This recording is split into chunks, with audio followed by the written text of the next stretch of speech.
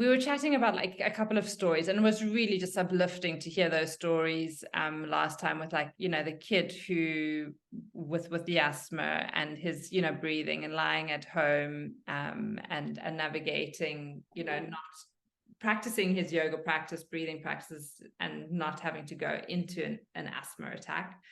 And then like kids, you know, who really don't know or weren't brought up maybe in a household where there's yoga, who coming out of a class and like, I love yoga. What else are you noticing in classes when you're teaching kids? Because I'm assuming sometimes it must be quite hard as a yoga teacher, because you see them kind of like fairly regularly for a while, so you see like small little changes, whereas maybe like a family member who hasn't seen the kid in like, you know, 6 months or whatnot, and then sees the kid after they've maybe done yoga for a while, maybe will comment on, you know, a certain aspect or trait of the kid having shifted or changed. So kind of like many questions in there. Like, do you actually notice like little changes that happen like from teaching yoga regularly? And then kind of like on the other side is, do you get feedback from parents or teachers saying, you know, like, this student or this kid I've seen a dramatic shift in them? Also interesting questions. These are all like really get my brain going. I think that the key word that I'll take out of what your question is regularly.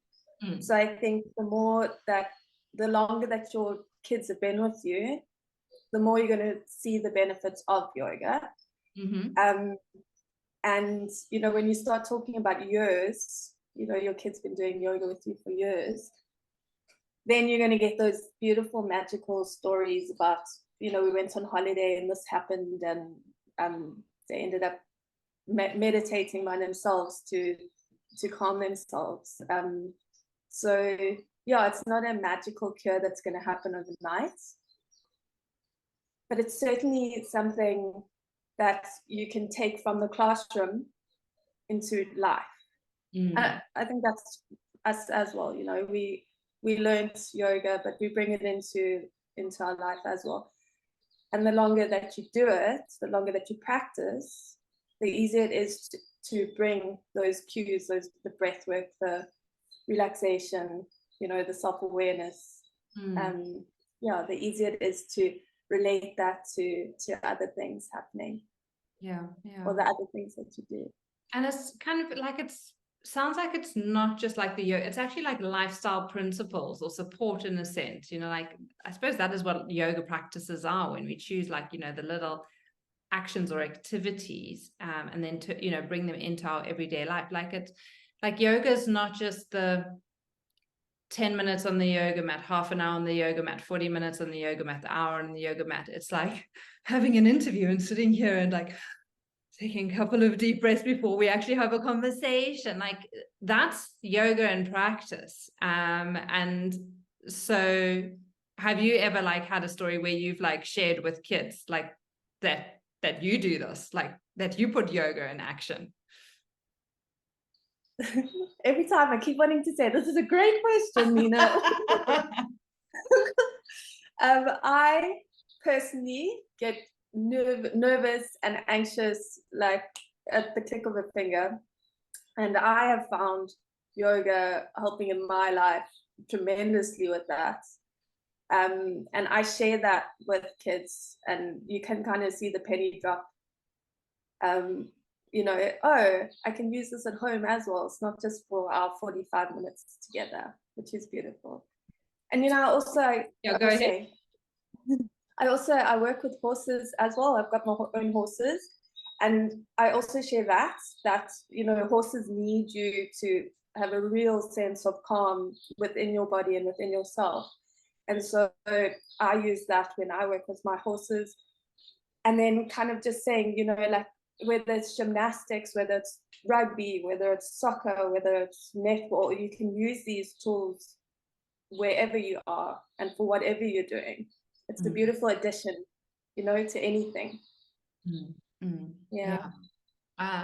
And it must be so fun for them also to hear like that you know, you're a human, you've got horses, you know, you're relating your stories, and that you actually even open with them and will tell them like, you know, when I get stressed, like I do get stressed, I do get, you know, anxious sometimes, and this is what I do. So it makes it a lot more like you're a lot more relatable to them in the sense that, oh wow, I can, like, she knows what I'm talking about. She knows what it feels like if I have to go stand up and do an oral and speak in front, you know, about the whole class. Like, she's not just telling me to do it, but she's actually experienced it herself. That must be really empowering to the kids as well to hear. Do you notice that when you tell like a story about yourself that they definitely respond to it? And I think also, sorry, I think also the teachers, the educators, kind of they have to be quite guarded almost, you know. It's like a professionalism that they have to, which is, I get it, and we can have a more intimate relationship in our yoga classes. Firstly, because they're smaller, so it allows for that. And secondly, because that's the kind of space you want to foster, you know, that adults have feelings too, you know, and stresses. I mean, yeah. And it is a good, I mean, such a valid point. Like, you know, teachers have a super stressful job. You know, if you've got to navigate 20, 30, 40 kids, I mean, I don't know what size the schools are now, and it varies depending, I suppose, on kind of like where their situation, what kind of school it is. But you do have to be very much an authoritative figure in that presence, in the sense that you've got to navigate 30, 40 minions out there and keep them on track. Because if you've got half of them shouting and screaming, you're never going to get any teaching done. So as much as, yes, the teacher needs to be relatable, I think it's very hard for teachers in that environment to be that. And it's nice that they can actually see that there is an adult, that there's a place where there is an adult that they can relate to, and that they can understand maybe on a deeper level, that, you know, that we are all human, that we all do go through these emotions and feelings and concerns. So awesome. So I am excited. You said you are bringing out a training course for parents to do yoga at home, and for teachers to bring yoga into the classroom. When is that happening? Have you got dates yet when that is going to be available? Is that in the workings? Like, how far along is that? Like, I think we could aim for the beginning of next year, I would say, you know. That would be a realistic time to finish the manuals and get everything nicely designed and stuff. Maybe earlier, maybe towards the end of the year, August. We're in August now. It might not be but it might not be this year. But that's also like, you know, we've got to just go with the flow and see how everything unfolds. Awesome. Awesome. No, that's really, it'll be like a little morning workshop. That's the intention, you know. Say that again, sorry. A little morning workshop. Okay. It's not like a 3 or 6 day giant course. It's a little taster, and you walk away with some experiences and just a mini journey. Oh, that's really nice. That's really good. Okay, so people should get onto your little bit of a waiting list. They should get hold of you, which is blissfulkids.co.za. I'll pop all your links below in the description as well. Any last thoughts, comments, insights? I think kids can do yoga, guys. You know, you think about an adult class and you think, how can kids do this? But firstly, the class looks very different to what an adult class looks like. There are elements and parts of it that are the same. But yeah, they can do yoga, and not only can they do it, they really enjoy it. They really, really do. Yeah. And that's such I think a valid point. It's like, you know, an antenatal class, yoga class is going to look different to a regular class, which is going to look different to a seniors class, which is going to look different to a knee rehabilitation yoga class, which is going to look different to a postnatal yoga class, which is going to look different to a 5 to 6 year old yoga class, which is going to look very different to like a 16 to 18 year yoga class for that. So like you're saying, Exactly. like, yoga is accessible and available to everyone. And we just need to realize that it's going to look different depending on who it's for. And there's nothing wrong. Yeah. And then the last thing I want to add Yes, go for it. There are all these different types of yoga and different styles and stuff, because you've got to trust that you'll find the one that's right for you, you know. And if you try a class and it's not your taste or not to your liking, don't give up on the yoga. Just try a different teacher, studio, class, whatever it is. You know. Exactly. And that is such a valid point.